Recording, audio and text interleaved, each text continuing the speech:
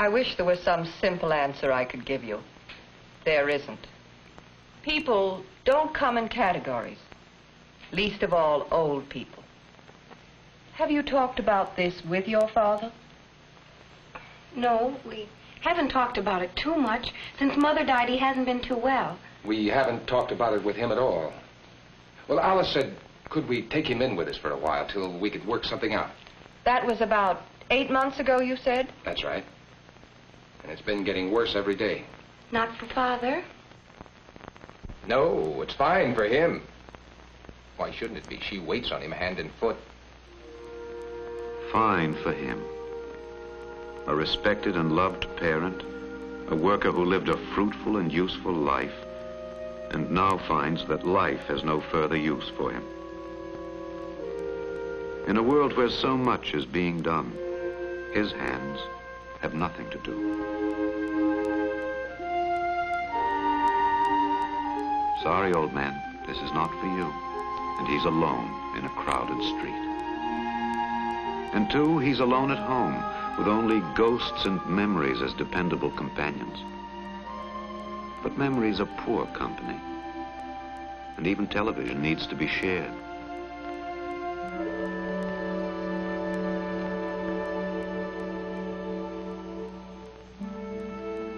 So to those he loves, he is the problem.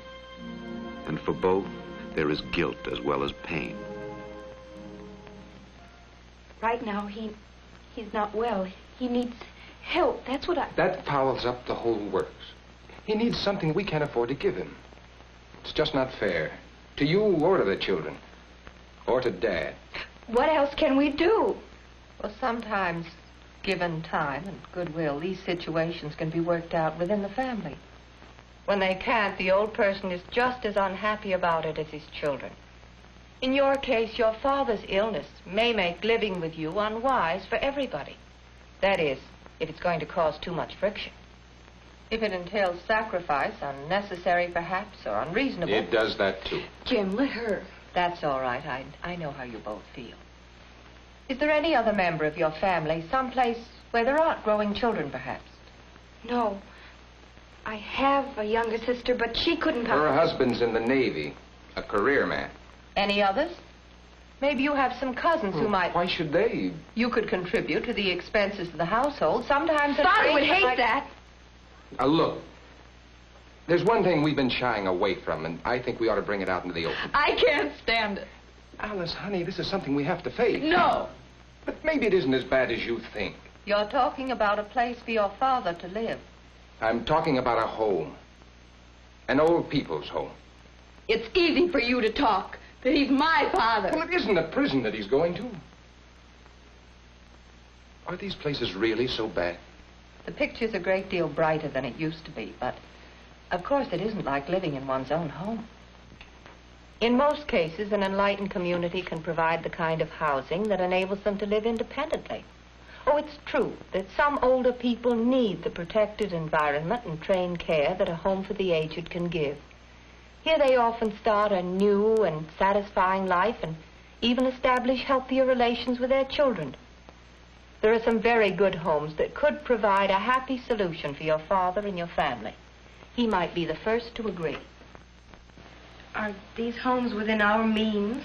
Oh, yes, they're average income homes. Of course, nowadays that means Social Security, pension funds, insurance, and also some community support.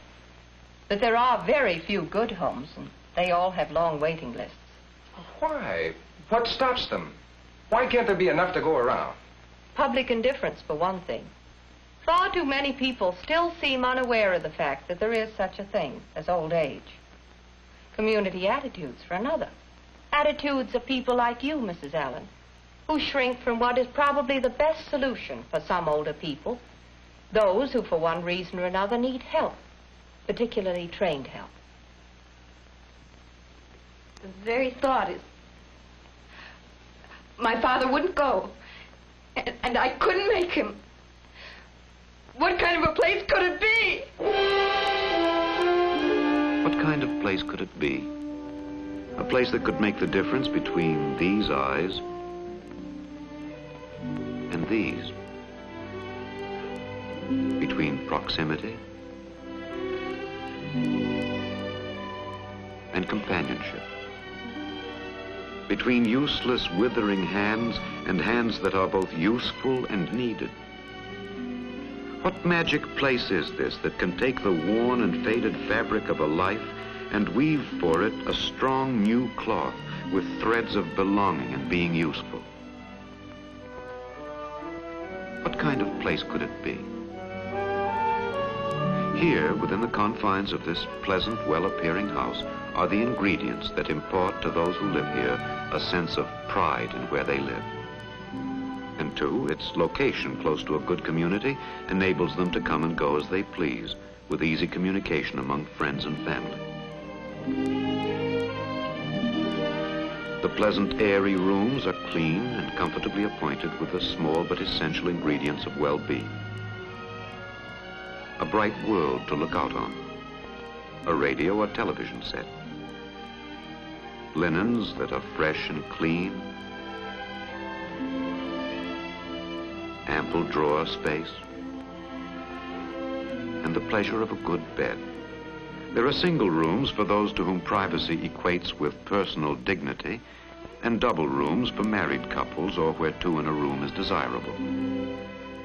They're at home here, living out their lives together, with the special types of care they need for their physical well-being, themselves unburdened and burdening no one. Old age may be memories enclosed in four walls, or it may be a zest for living this day, with eyes fixed eagerly and confidently on all the days that lie ahead. In such a place, little things too are important. Things like easy access to the telephone,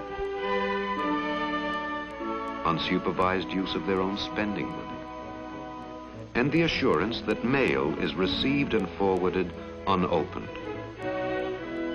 They bolster the spirit and ease the hour-by-hour round of everyday living. How comforting to know that special diet problems are in good hands and that one is relieved of the worry and planning and preparation for them. And that eating is no longer a lonely hour, but a time of pleasant association, dining with friends and companions. That there are skills and facilities here to care for the infirmities that age is heir to. That 90-year-old arms are still worth fussing over, with a friendly and competent person interested and happy to do the job. Ills of the body are an expectable part of growing old, but in such a place as this, they are not allowed to infect the spirit and the mind as well. There are dozens of small aids for slowing steps, for sagging strength, that say, more tellingly than words, you are important too. This is a world for the old as well as for the young.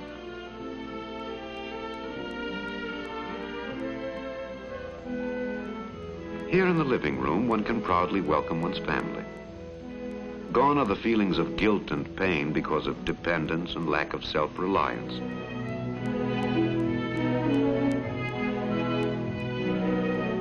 Now there's pride in one's children and grandchildren. There's respect and love emerging from a new and better relationship.